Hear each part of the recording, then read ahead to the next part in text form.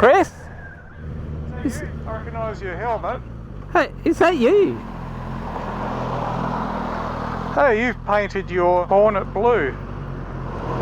No, that's not a Hornet. What is it? It's a GSX S1000.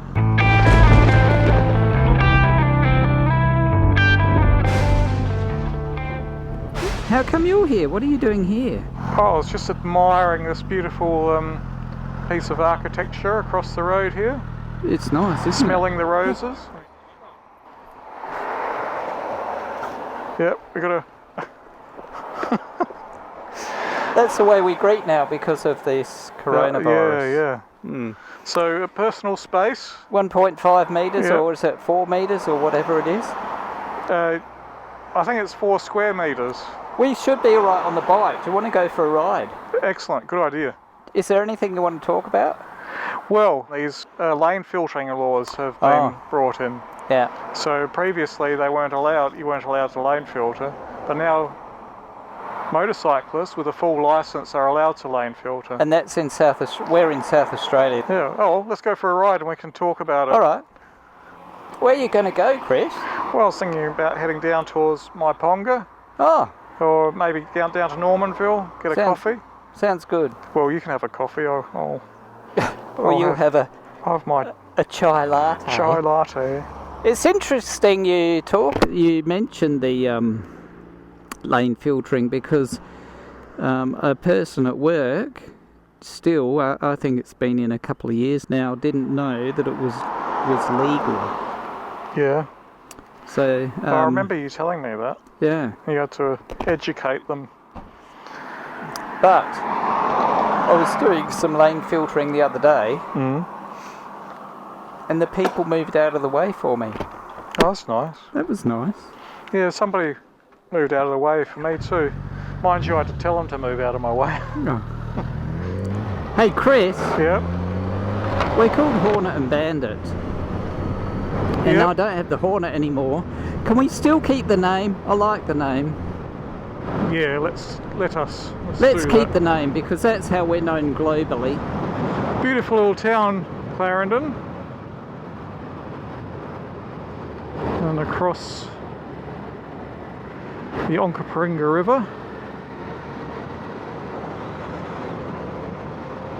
So yeah, it's pretty devastating what's been happening overseas. Yeah, globally it's terrible. We haven't felt the full brunt of the pandemic here in Adelaide yet. There's been a few cases, but we're doing a lot of precautionary things, keeping our distance from each other, personal space, 1.5 metres, and no crowds are allowed into stadiums to watch the sport. You're allowed to have crowds at this stage of up to 100 people in a closed environment. The biggest piece of advice we've all been told is, wash your hands. Yeah. And I travelled, a couple of weeks ago, I travelled up to Brisbane, so I've been a little bit paranoid that I caught something when I was up there.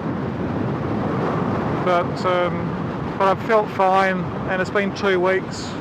But with this virus, you can be walking around perfectly healthy and not know you have it. Yeah, you can be asymptomatic. Some people it's very mild, while others it's not so well, particularly for the elderly and for people who have respiratory issues. It can be a problem. Just to let you know, guys, I did drop this bike when I'd only done a few kilometres on it. But if you want to see that, there'll be a link to it down the bottom. I've never had an issue with new tyres on bikes, ever.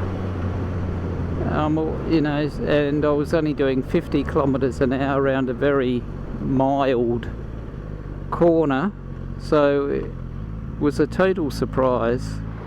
A bit of a jinx. Why is that? Because that's a couple of times I've filmed you take a spill. Yeah. The kangaroo, which was the just... only times I've ever taken a spill. The kangaroo and the suspect tyre. Yeah, well, the kangaroo one was particularly dangerous, and you're quite fortunate just to escape unscathed with that one. But yeah, this one was just you were going fairly slowly, and it was just like the dodgy tyre, wasn't it? Yeah, I haven't really dropped a bike where I think it's been really my fault. Yeah.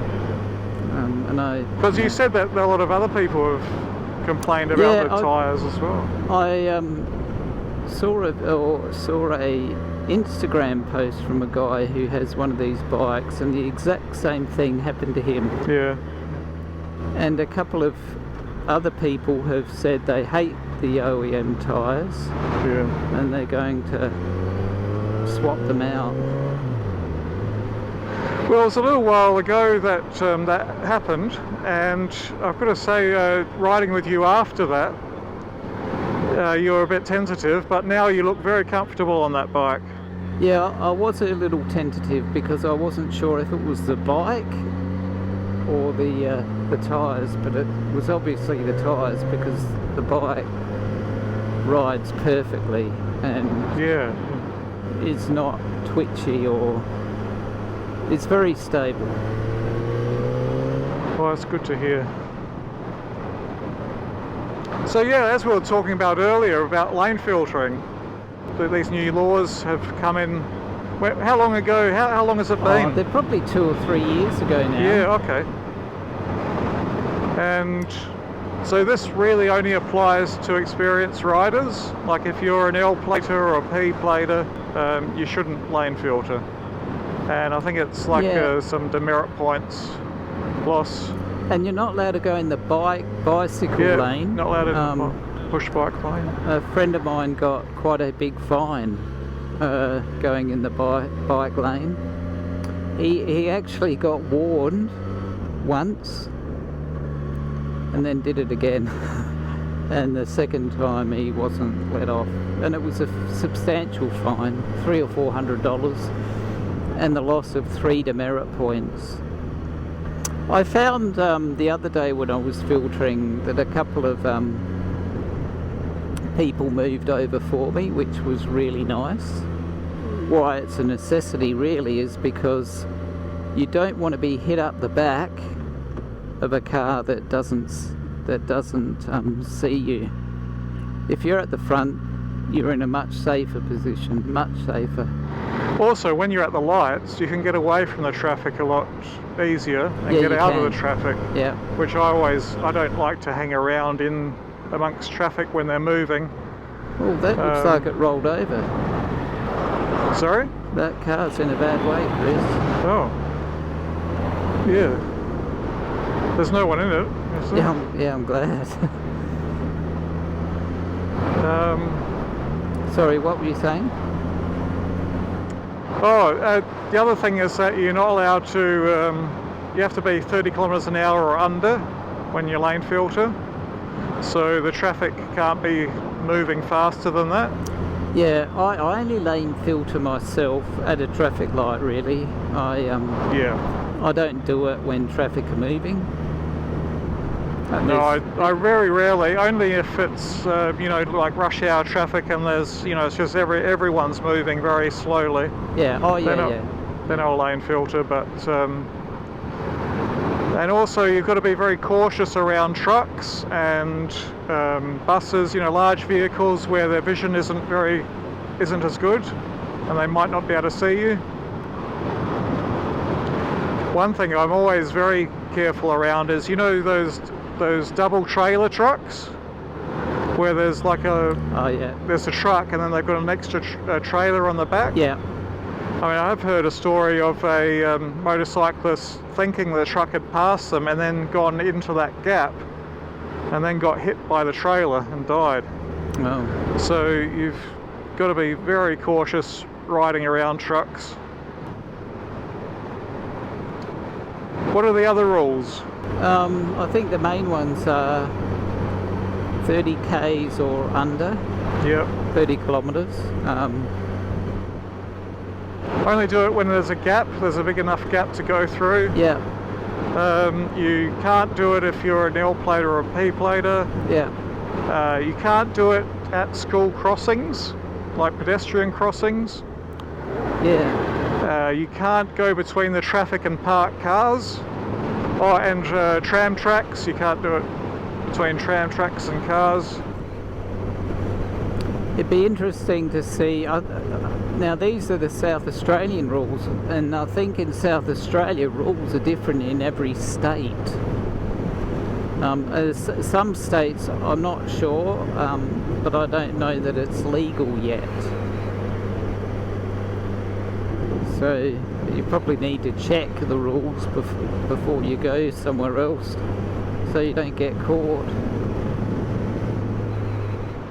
I think it's very important as a motorcyclist to be visible, and the best way to be visible is out in front of them, out in front of the traffic. Yeah, most people are pretty accommodating now, and they accept that it's normal here, so that's good. Thank you for joining us. We haven't put up a video for a while, have we, Chris, Hornet and Bandit? It's been a while. And we just thought it'd be an interesting topic, or Chris thought it would be an interesting topic, because we haven't discussed it previously, and we're just interested in seeing what your rules are in your states or around the world. Are you allowed to do it? I know in many countries that you're allowed to, but some still haven't come to the party yet. So thank you for watching. Yeah, thanks guys. And we hope to see you next time. See you later. Bye.